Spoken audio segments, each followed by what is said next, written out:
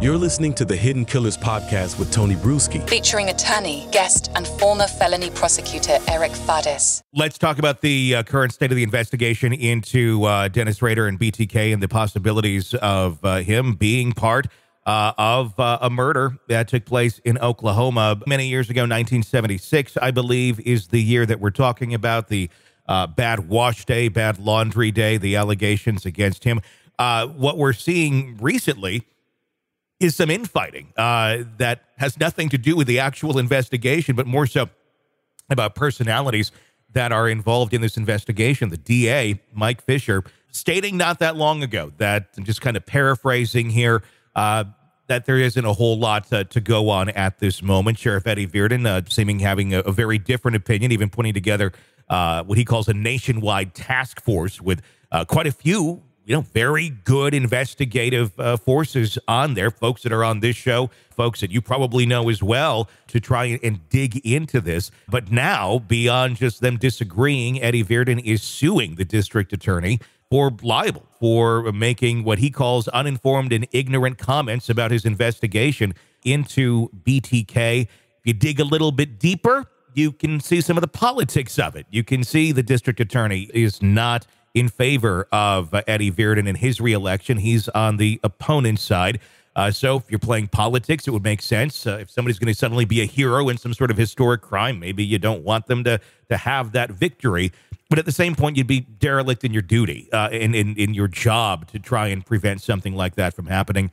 But Virden is quite a character, very flashy, throwing evidence around on television. He's an interesting guy. I don't necessarily question his motives, but I do question the desire for attention that he's been getting and been seeking out in this whole case. Where do you think this is going? Do you think this case has the legs that many want it to have, but in reality, does it? If it did have legs, I think that those have been taken out from under the case at this point. Yeah. Look, it is such a mess over there on the law enforcement side. We have a super easy target, man. This is a serial murderer, and there's evidence against him. It's pretty easy for the different entities in law enforcement to unite in a common cause against this monster. Mm-hmm. But that's not what we've been seeing.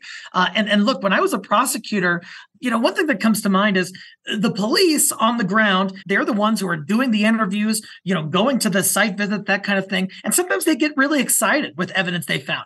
And they think that the case is stronger than it perhaps might be. And the prosecutor comes in, looks at the rules of evidence, looks at the law, and sometimes tempers that excitement. But that all happens behind closed doors usually. This is a conversation that is part of a law enforcement coalition in investigating a murder. Here, we have it very public, and now we have, my gosh, a lawsuit between those law enforcement entities that could cause a legal conflict in the case that could require this different prosecutor's office to be involved in this. They could have to go back kind of to square one in that sense. So that they've really sort of shot themselves in the foot in terms of pursuing this from the law enforcement side. Well, what on earth is there to gain by Eddie Virden suing the district attorney? I know he's trying to make a point, but other than making a point or trying to bring attention that maybe the DA is not going along with what exactly Eddie believes, why? I mean, why sue? Why not just have your disagreement, try and find some common ground at some point, if in fact you are able to dig up enough evidence? I think if there was something solid there, the district attorney would be all about it. I don't think that he necessarily is going to say, well, screw you, you're not the guy I want to be sheriff anymore, so I'm going to ignore all these new pieces of evidence that are coming out, because thus far, we don't have anything. We have old pieces of evidence that really don't necessarily link a whole lot directly to BTK as of this moment. Will more come? That is a possibility, but as of now, why sue?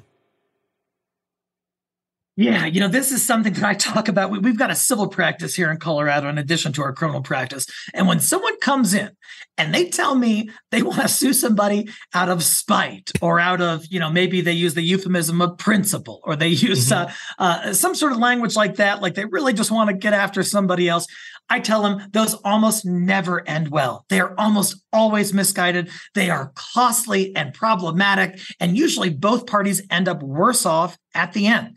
And so if this sheriff would have come to me with this idea, that likely would have been my response. In terms of bringing a lawsuit, like you said, he kind of likes the attention, he likes the publicity. And is that, a motivating factor? Could be. And maybe he does have some semblance of a legal claim against the prosecutor. But my gosh, for the sake of the public whom both those entities serve, and for the sake of saving face and preserving credibility with the public and that kind of thing, especially with an ongoing murder investigation, I think it was just a misfire by the sheriff entirely. Is this going to help him get reelected? Gosh, I don't know the political dynamics in his jurisdiction, but I would have to think not.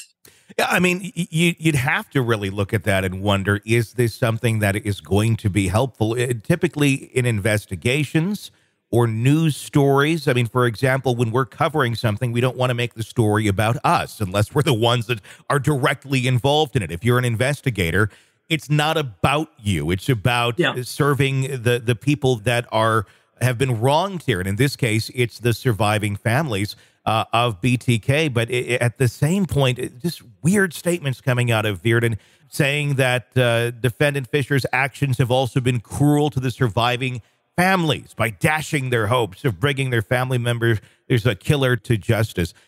Everybody wants the killer to be brought to justice for this case or for any case. But if you are going down the road and you don't know that it truly is BTK, aren't you the one that are dashing the hopes of the family, or at least raising them to a bar that maybe shouldn't be there until you have enough evidence to say, hey, we really think that this is him? And I know they're saying that, but it feels more based on emotion than it does actual fact as of right now. Excellent point, Tony. And, let's look at this from the perspective of the victims' families for just a moment. Mm-hmm. You have this atrocity that stole unfairly your loved one forever, and you don't get any closure for half a century or so. And then, my gosh, there's a glimmer of hope, and there might be some evidence, and there might be a path towards, putting this behind you and getting justice for your loved one. And then, it's completely screwed over by infighting amongst law enforcement entities that, like I said, are doing far more damage to the investigation than they are helping it, and that are really almost locking in the likely outcome that nothing is going to come of this because they ruined it for themselves on the law enforcement side. If I were those families, I would just be heartbroken and talk about a roller coaster and being at the very bottom of it once again. That's where I think this infighting has left these families. One can only hope they can work out their differences, and if there is something to be found, they find it. If there's not, just peacefully move away and not keep stirring the pot for these families who've been just in misery with their loved ones being deceased now for many decades. It can't be healthy or good for anybody to have this brought up over and over if it's not going to be going anywhere, but maybe it will. We'll have to wait and see. Want to listen ad-free? Want advanced access to all of our interviews before anyone else? Become a True Crime Today Premium Plus subscriber on Apple Podcasts. You get every episode commercial-free, so you can binge on true crime until you can binge no more. Search True Crime Today Premium Plus on Apple Podcasts now, or go to our podcast page and sign up now. More of the Hidden Killers podcast next.